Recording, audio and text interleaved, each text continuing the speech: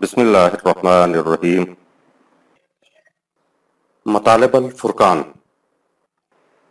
سورۃ الرعد، مکی، نمبر 13، آیت نمبر 1۔ قرآن مجید کی تفسیر خود قرآن مجید سے از علامہ غلام احمد پرویز صاحب، اخذ و تلخیص محمد اکبر دکشت بھارتواج، نظر ثانی ڈاکٹر انعام الحق۔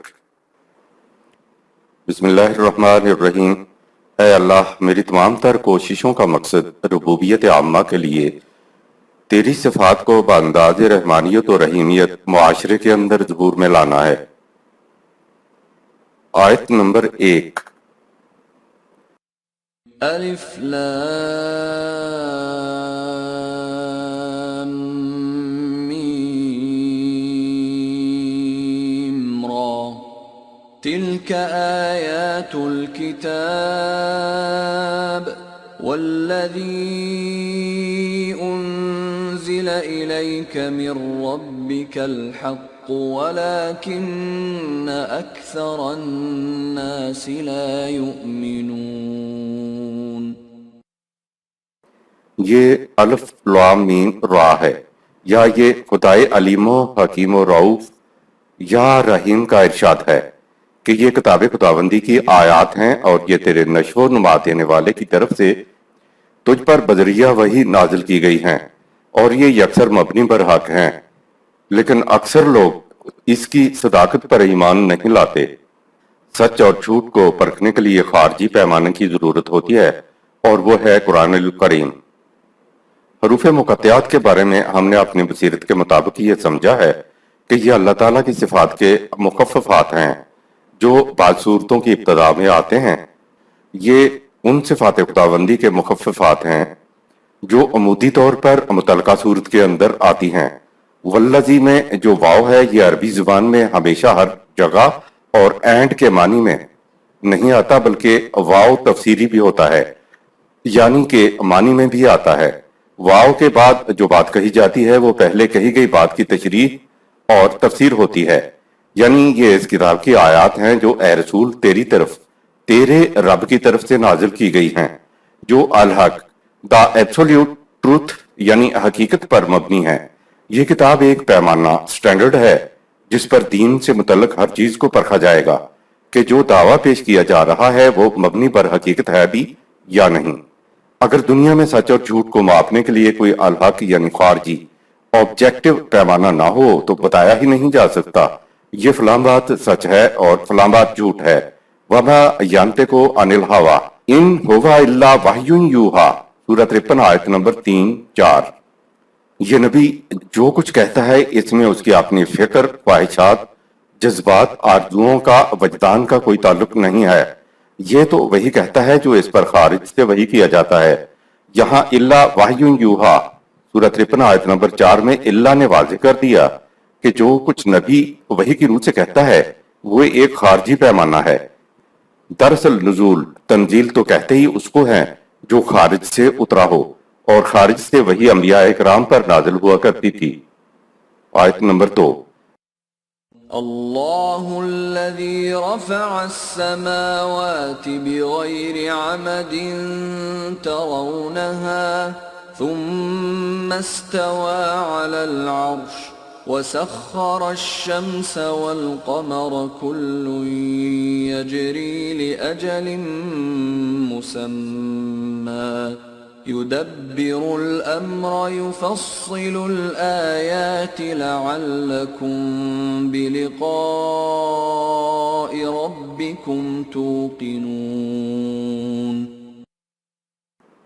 وہ اللہ ہی ہے جس نے اجرام فلکی کو فضا کے بلندیوں میں ایسے ستونوں کے سہارے معلق کر رکھا ہے جو تمہیں نظر نہیں آتے، اور یہ معلق و برقرار اس لیے ہیں کہ کائنات کا مرکزی کنٹرول خدا کے دست قدرت میں ہے۔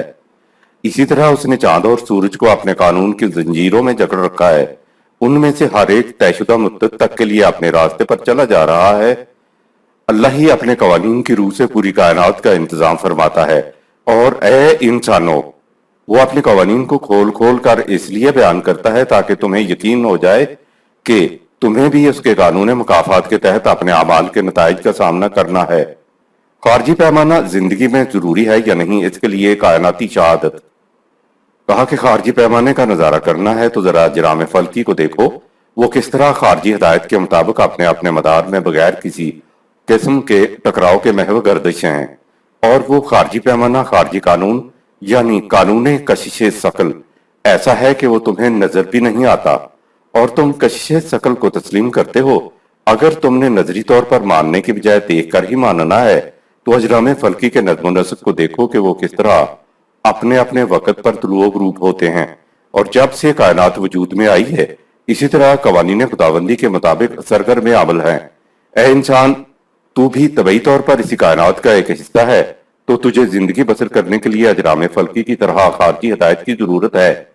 یہ خارجی ہدایات انزلہ الیک من ربک الحق کو سورہ 13 آیت نمبر 1 قرآن کریم میں ہے، لہٰذا کائنات کی طرح تو بھی خارجی ہدایات کے مطابق اپنی زندگی بسر کر۔ قانون اسی قدر بہتر نتیجہ دے گا جس قدر قانون نافذ کرنے والے میں قانون کو نافذ کرنے کی قوت ہوگی۔ خدا کے قوانین اسی لیے بہتر نتیجہ برآمد کرتے ہیں کہ وہ سب سے زیادہ طاقت والا ہے اور وہ پوری قوت کے ساتھ اپنے قانون کو نتیجہ خیز بناتا ہے۔ اے انسان، اگر تم اپنی پوری قوت کے ساتھ قوانین خداوندی کو اپنے معاشرے میں نافذ کر لو تو خدا کی قوت تمہارے اعمال کے خوشگوار نتائج برآمد کرنے میں کبھی ناکام نہیں ہوگی، کیونکہ وہ قانون بنانے کے بعد بیٹھ نہیں گیا ہے بلکہ استویٰ علی العرش، اس نے اپنے قوانین کا کنٹرول اپنے ہاتھ میں رکھا ہوا ہے۔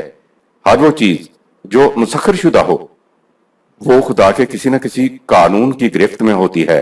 قرآن کریم کو تفصیل کے ساتھ اس لیے نازل کیا کہ لعلکم بلقاء ربکم توقنون سورہ 13 آیت نمبر 2، تاکہ تمہیں یقین ہو جائے کہ تمہیں بھی اس کے قانون مکافات کے تحت اپنے اعمال کے نتائج کا سامنا کرنا ہے۔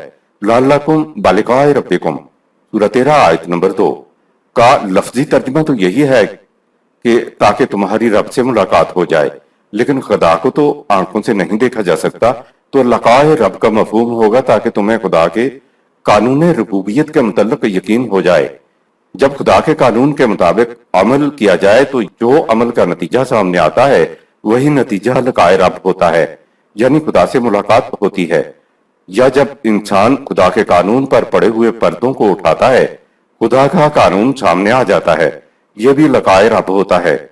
قرآن کریم نے لقاء رب کو قانون مکافات کے لیے بھی استعمال کیا ہے، جس کی روح سے اس دنیا میں اور اخروی زندگی میں اعمال کے نتائج کا سامنا کرنا ہوتا ہے۔ آیت نمبر 3، وَهُوَ الَّذِي مَدَّ الْأَرْضَ وَجَعَلَ فِيهَا رَوَاسِيَ وَأَنْهَارًا وَمِن كُلِّ الثَّمَرَاتِ جَعَلَ فِيهَا زَوْجَيْنِ اثْنَيْنِ يُغْشِي اللَّيْلَ النَّهَارَ إِنَّ فِي ذَلِكَ لَآيَاتٍ لِقَوْمٍ يَتَفَكَّرُونَ۔ اور خدا وہی ہے جس نے اپنے قانون تخلیق کی روح سے گول ہونے کے باوجود زمین کی سطح کو اس طرح پھیلا دیا کہ تم اس پر چل پھر سکو، اور اس میں پہاڑ اور دریا بنا دیے، اور اس میں ہر ایک پھل کے جوڑے دو دو قسم کے پیدا کر دیے، اور زمین کی گردش سے رات کی تاریکی دن کی روشنی کو ڈھانپ لیتی ہے۔ ان تمام امور میں بلا شبہ ان لوگوں کے لیے جو غور و فکر سے کام لیتے ہیں ہمارے قانون کی ہماگیری کی بڑی بڑی نشانیاں ہیں۔ یہاں قرآن نے خدا کے نظام ربوبیت کے طبعی ذرائع کا ذکر کیا ہے۔ زوجین اثنین کے معنی ہے جوڑے، یعنی دو قسم کے۔ دراصل خدا نے اشیاء کے اندر جوڑا بننے کی صلاحیت رکھ دی ہے۔ علماء نباتات بتاتے ہیں کہ نباتات کے اندر زوجین یعنی نر اور مادے کا سلسلہ ہوتا ہے جس سے نسل آگے چلتی ہے۔ یہ بات 1400 سال پہلے کہی جا رہی ہے۔ حیوانات میں تو زوج نظر آ جاتے ہیں، لیکن نباتات میں بادی نظر میں ہم نے کبھی ایسا دیکھا ہی نہیں۔ ہمارے سامنے تو ہر پھول ایک جیسا ہوتا ہے، لیکن ان میں زوجین ہوتے ہیں۔ نباتات کے اگنے اور پاراور ہونے کے لیے دن کی حرارت اور روشنی و ہوا اور رات کی تاریکی اور ٹھنڈک دونوں ضروری ہیں۔ اس کے علاوہ انہیں نشو و نما کے لیے میٹھے پانی کی بھی ضرورت ہوتی ہے۔ آیت نمبر 4، وفي الأرض قطع متجاورات وجنات من أعناب وزرع ونخيل صنوان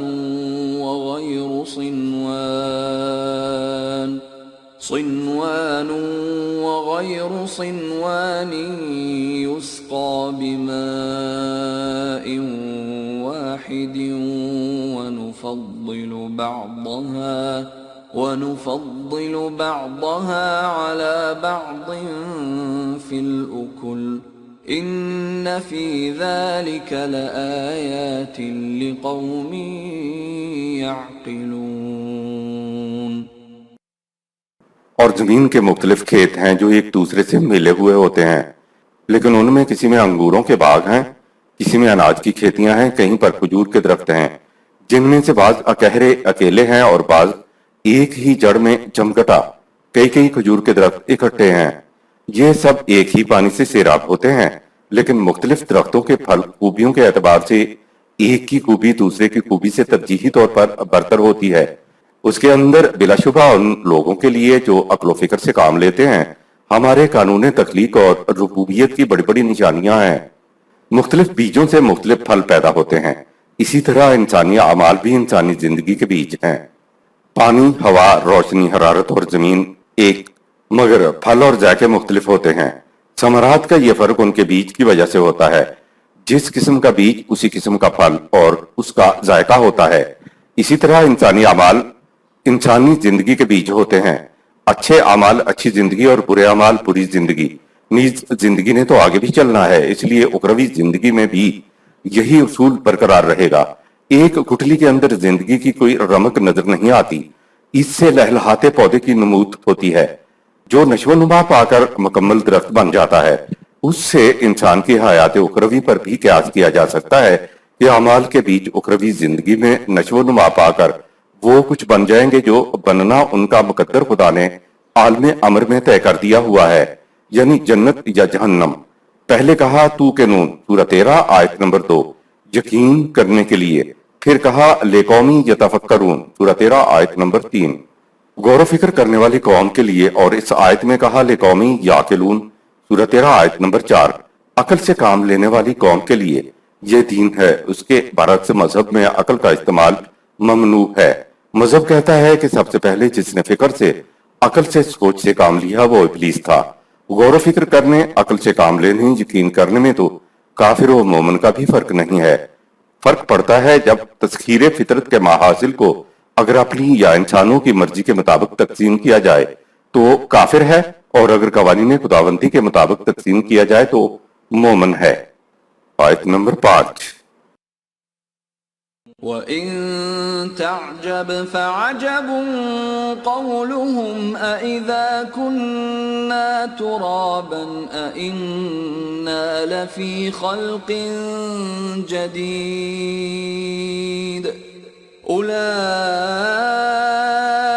الَّذِينَ كَفَرُوا بِرَبِّهِمْ وَأُولَئِكَ الْأَغْلَالُ فِي أَعْنَاقِهِمْ وَأُولَئِكَ أَصْحَابُ النَّارِ هُمْ فِيهَا خَالِدُونَ۔ اے مخاطب، اگر تو کوئی تعجب انگیز بات سننا چاہتا ہے تو تعجب کے قابل ان کا یہ کہنا ہے کہ جب ہم گل سڑ کر مٹی ہو جائیں گے تو کیا اس کے بعد ہم اثر نو وجود میں آئیں گے؟ حقیقت یہ ہے کہ جو لوگ اخروی زندگی کا انکار کرتے ہیں وہ دراصل خدا کے قانون تخلیق اور ربوبیت سے انکار کرتے ہیں۔ یہ وہ لوگ ہیں جو غور و فکر کرنے کے بجائے جہالت کی زنجیروں میں جکڑے ہوئے ہیں، اور یہی لوگ ہیں جن کی صحیح و عمل کی کھیتیاں جل کر راکھ ہو جاتی ہیں، یعنی نشو و نما نہیں ہوتی۔ موجودہ روش نہ بدلی تو دنیا و آخرت میں وہ اسی حالت میں ہمیشہ رہیں گے۔ کھجور کی گٹھلی پتھر کی مانند سخت ہوتی ہے، لیکن خدا کے قانون ربوبیت کے تحت اس سے کھجور کا درخت نکل آتا ہے۔ لہٰذا مرنے کے بعد زندگی کو وہی لوگ انکار کرتے ہیں جو خدا کے قانون ربوبیت کا انکار کرتے ہیں۔ جس قانون ربوبیت سے اس دنیا میں بہت سی بے جان چیزوں سے زندگی کی نمود ہو رہی ہے، وہی قانون ربوبیت مرنے کے بعد زندگی میں بھی کار فرما ہوگا۔ آیت نمبر 6۔ وَيَسْتَعْجِلُونَكَ بِالسَّيِّئَةِ قَبْلَ الْحَسَنَةِ وَقَدْ خَلَتْ مِن قَبْلِهِمُ الْمَثُلَاتُ وَإِنَّ رَبَّكَ لَذُو مَغْفِرَةٍ لِلنَّاسِ عَلَى ظُلْمِهِمْ وَإِنَّ رَبَّكَ لَشَدِيدُ الْعِقَابِ۔ نظام خداوندی کے کچھ خوشگوار نتائج نکلنے سے قبل ہی یہ لوگ تم سے مطالبہ کرتے ہیں کہ جس تباہی کے متعلق تم کہتے ہو وہ جلدی سے آ جائے، حالانکہ تباہ ہونے والی اقوام گزشتہ کی مثالیں ان کے سامنے آ چکی ہیں۔ تیرے رب کا قانون یہ ہے کہ لوگوں کو ظلم و زیادتی کے باوجود مدت عمل کو پورا ہونے دیتا ہے، اور اس دوران درگزر سے کام اس لیے لیتا ہے تاکہ لوگ غلط روش کو چھوڑ کر صحیح راستہ اختیار کر لیں۔ حقیقت یہ ہے کہ خدا کا قانون مکافات اعمال کا پیچھا کرنے میں بڑا سخت گیر واقع ہوا ہے۔ آیت نمبر 7۔ وَيَقُولُ الَّذِينَ كَفَرُوا لَوْلَا أُنزِلَ عَلَيْهِ آيَةٌ مِّن رَّبِّهِ إِنَّمَا أَنتَ مُنذِرٌ وَلِكُلِّ قَوْمٍ هَادٍ۔ جن لوگوں نے قوانین خداوندی کو تسلیم کرنے سے انکار کر دیا ہے وہ کہتے ہیں کہ اس رسول پر کوئی معجزہ کیوں نازل نہیں ہوا؟ اے رسول، تم تو بس غلط اعمال کے غلط نتائج یعنی تباہی و بربادی سے آگاہ کرنے والے ہو، انہی کے لیے نہیں، تجھے تو موجودہ اور آنے والی تمام اقوام کے لیے رہنما بنا کر بھیجا گیا ہے۔ لِكُلِّ قَوْمٍ ہاد، مفہوم کے اعتبار سے یہ معنی ہے کہ ہر قوم میں ہدایت دینے والا آتا رہا، اور اس کے یہ معنی بھی ہے کہ رسول اللہ صلی اللہ علیہ وسلم کے بعد بھی جتنی اقوام عالم آئیں گی ان کے لیے ہدایت دینے والا بھی یہی رسول صلی اللہ علیہ وسلم ہوگا۔ یہ معنی اس لیے لیے جا سکتے ہیں کہ قرآن کریم نے 20 مقامات پر حضور نبی اکرم صلی اللہ علیہ وسلم کو تمام بنی نوع انسانی تمام اقوام عالم کی طرف رسول کہہ کے پکارا ہے، انہیں رحمت للعالمین کہا ہے، تو یہ حضور صلی اللہ علیہ وسلم کے مخاطب زمانے ہی کی اقوام کا ذکر نہیں ہے۔ قرآن جب الناس کہتا ہے تو قیامت تک کے لیے کہتا ہے۔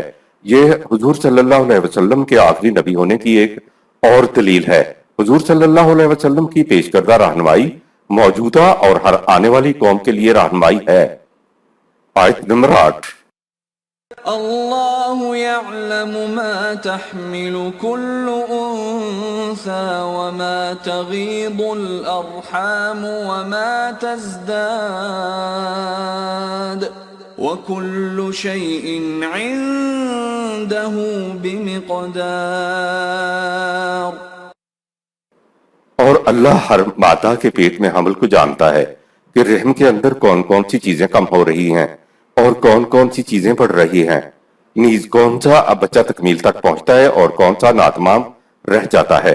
یہ ایسا کچھ سب اندازوں قانون کے مطابق ہوتا ہے جو خدا نے اس مقصد کے لیے پہلے سے مقرر کر رکھے ہیں۔